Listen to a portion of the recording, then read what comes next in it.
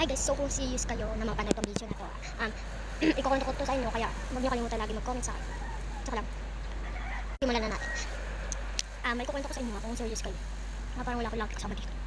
So ito na nga ikukwento ko sa inyo. Parang hantay na kayo nagmamadali. Uy, ito na, promise, ito na, hindi na ako magkukwento na kahit ano. Hi guys, I will tell you if you, hindi ko pa pala nasasabi, mag-i-English ako. Ito na, mag-i-English ako guys Hi guys, I will tell you if you are serious because I am not always reach my cousin or my best friend because I have a cousin but they are far away, so if you are Team Reza, please support me and Andrea Teams. So lumipat ako ng pwesto. So sa mga nakakaintindi sa akin yung pagbasa ko, wag nyo nang sabihin kasi nga nag-ano kung kailan ko talaga lumipat ng pwesto ko lang mag-English. So syempre, kaya ako natingin kung saan doon talaga ako nakatingin pag nagbabasa ganun. Napapansin nyo kung saan ako nakatingin kasi nga kung saan talaga ako nakatingin pag ako nagbabasa. Kahit na teacher, kapag pinapabasa ako, nakatingin ako sa akin CR. Akala ko kasi may goals. Kaya, kung Team Reza kayo, support kayo lagi sa akin. Kaya kita nila.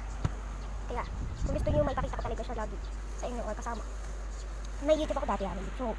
So, ang gamit ko ng YouTube ay yung account ng mama ko. Pinalitan ko lang doon sa episode ng Latina. Sobrang Latina. Kasi nga, tawag ko talaga sa kanila, Latina. Tapos nakapag-isip ako. Ayun. Tawag ko na sa inyo, Beshi J. Ayun, kasi doon sa I mean J. Kaya, serious kayo. Kung nakinig kayo sa kwento, dapat alam. Kaya, ito ulit nyo sa comment section. Bye-bye!